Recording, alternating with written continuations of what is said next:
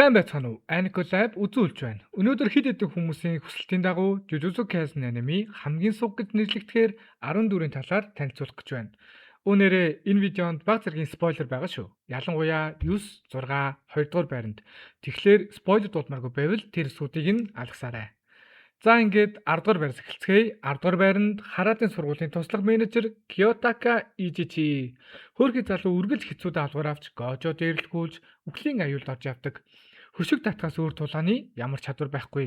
Жолоо барих, ойр зүрийн шалдар булдар ажил тусалдаг. Зүгээр л нэг офисын ажилтан хараалцтын ертөндөд төрсөн мэт тийм л дүр. 9 дугаар байранд Панда. Та хэд гайхаж байгаа байх л та. Панда чуг нь хүчтэй дүр гэж анимыг ихэн үед хардаг. 3 өөр төрлийн зүрхтэй гэдэл.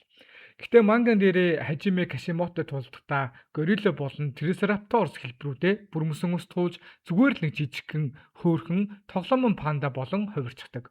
Түүнээс хойш тулдаг чадваргүй болж суг дүрийн игнэнд шигтэлсэн.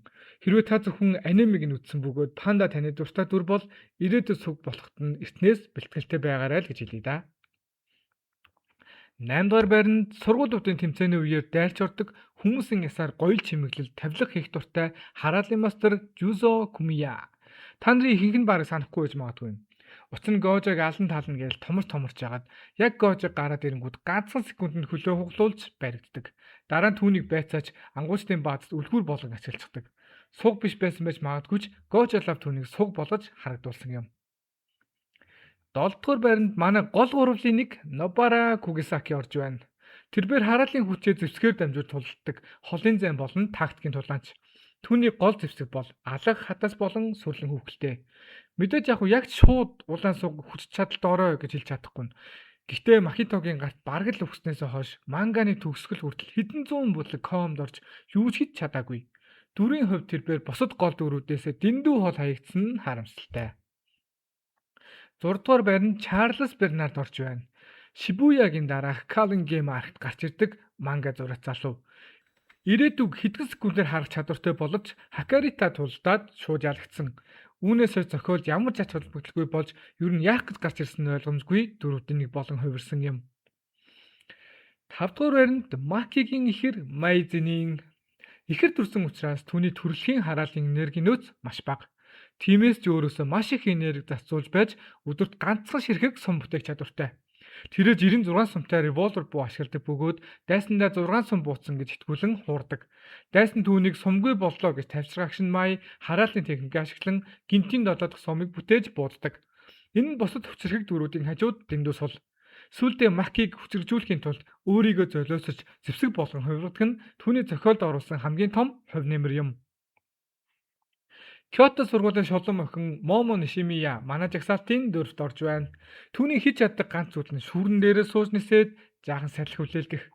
Түүний чадвараас үзвэл Момо бол шууд нүд тултахаас илүү агаараас орчныг тандах, мэдээлэл цуглуулах, багийнхандаа туслах үүрэгтэй шиддэг юм. Зохиолын хамгийн том тулаануудад оролцсон уу гэвэл оролцсон. Гэхдээ дайснууд нь ямар ч хохирол учруулж чадаагүй зүгээр л дэвсгэр дүр байсаар дууссан.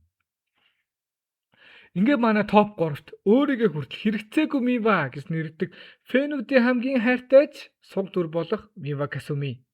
Шибуяд Кенжико руу өөрийн амьдралын хамгийн хүчтэй дайралтыг дахиж хизээд сэлэн байхгүй гэх амлалтаар хийсэн боловч Кенжико түүнийг зүгээр л нэг гараараа хаачдаг. Үр дүнд нь Мива ямар ч хүчгүй, сэлэнд барьж чадахгүй болж хоцорсон. 2 дугаар байранд Хана Курусу. Хана болон түүний доторх анжил нь Сукунагийн хараалыг устгах хамгийн хүчирхэг техниктэй байсан. Гэвч түүний бүх шийдвэр амьдралын зорилгонд багтаа өөрийг наварч байсан Мигуми Фушигурод ухаангүй дурсантай нь холбоотой. Дэлхийг сүрэх гэж байхад өөрийнх нь доторх анжил анхааруулсаар байхад зөвхөн Мигуми гүйсээр байгаад бүх зүйлийг баллаж орхисон. Түүний доторх анжил хэмээх шидтийн чадвар нь хүчрхэг байж болохч Хана гэдэг охин хитрхи гинэн суг сэтгүүтэйгээс болж Сукунагийн хуурамч тэрвэрлэлтэнд хууртан нэг гараа тас хазуулж хамгийн том боломжийг салхинд хийсгсэн. Хүчин агууч эзэн суг байхын хамгийн тод жишээ. Jujutsu Kaisen ертөнцийн хамгийн дургүй хүрхэн бөгөөд хамгийн суг дүр бол мэдээж Haruto Shigamo. Маш харгас боловч арчаагүй зөвхөн өөрөөсөө сул дорой хүмүүсийг дээрлэхэж таашаал авдаг нэгэн тэднийг хутгаас тийчих шартуулахыг уран бүтээл мэтээр ярьж түүнээсээ галзуу мэт баяр баясгалыг мэдэрдэг гаж хүн. Түүний үндсэн чадвар нь нүдэд тутмын амьдрал тохиолдож жижиг атлаа тохиолдлуудыг өөрийн ард тусламжаас устгаж нууц хүч болон хадгалдаг. Түүний нүдний доорх 6 ягаан зураас нь энэ азын тоог илэрхийлдэг бөгөөд амь насанд нь аюу тулгарах үед энэ гайхамшиг нь автоматар идэвхжиж үхлийн цохилтоос авардаг. Харвтаа өөрөө энэ чадвараа хэрхэн ажилтгийг сайн мэддэггүй. Нэг их том дуугарч явж байгаад Нанамид өгтлөө нүдүүлдэг бөгөөд эцэст нь Сүкунагийн гарт яаж үхэж байгаач мэдгүй зүгээр л арчигдаад өнгөрдөг. Ийхүү өнөөдрийн Jujutsu Kaisen аниме хамгийн сог дүрүүдийн талаар контент маань ийхүү дуусаж байна. Лайк болон subscribe дарж аниме ертөнцийн талаар сонирхолтой контентуудаа хүлээн авч үзээрэй.